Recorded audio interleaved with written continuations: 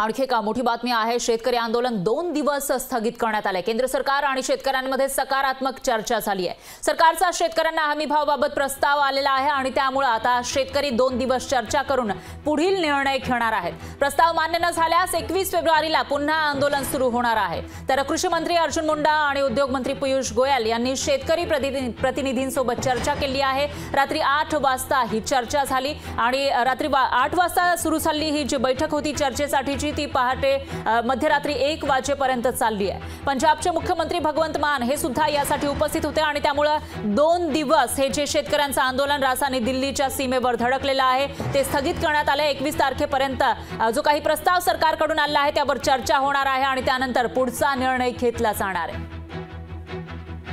बहुत ही एक innovative out of the box idea पे चर्चा की है। 5 साल की का करार कॉन्ट्रैक्ट किया जाएगा नैफेड और एनसीसीएफ द्वारा। जो भी क्रॉप डाइवर्सिफाई करके ये 4 प्रोडक्ट्स बनाएगा उसको ये संस्थाएं एमएसपी पर खरीदेगी। जमीन बंजर होते जा रही है, उसके कारण क्रॉप डाइवर्सिफिकेशन अति आवश्यक है। इस सभी को बताएंगे कि भाई ये प्रपोजल आई है, इस प्रपोजल पे आपका क्या विचार बनता है। धरना चलेगा, धरना नहीं रुकेगा।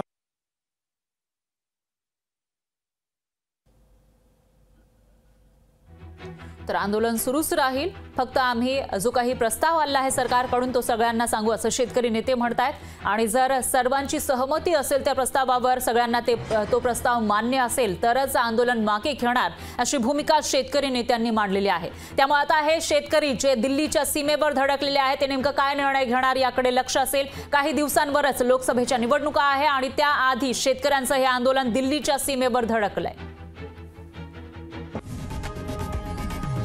लोकशाही मराठी ऐका, पहा, जागरूक रहा।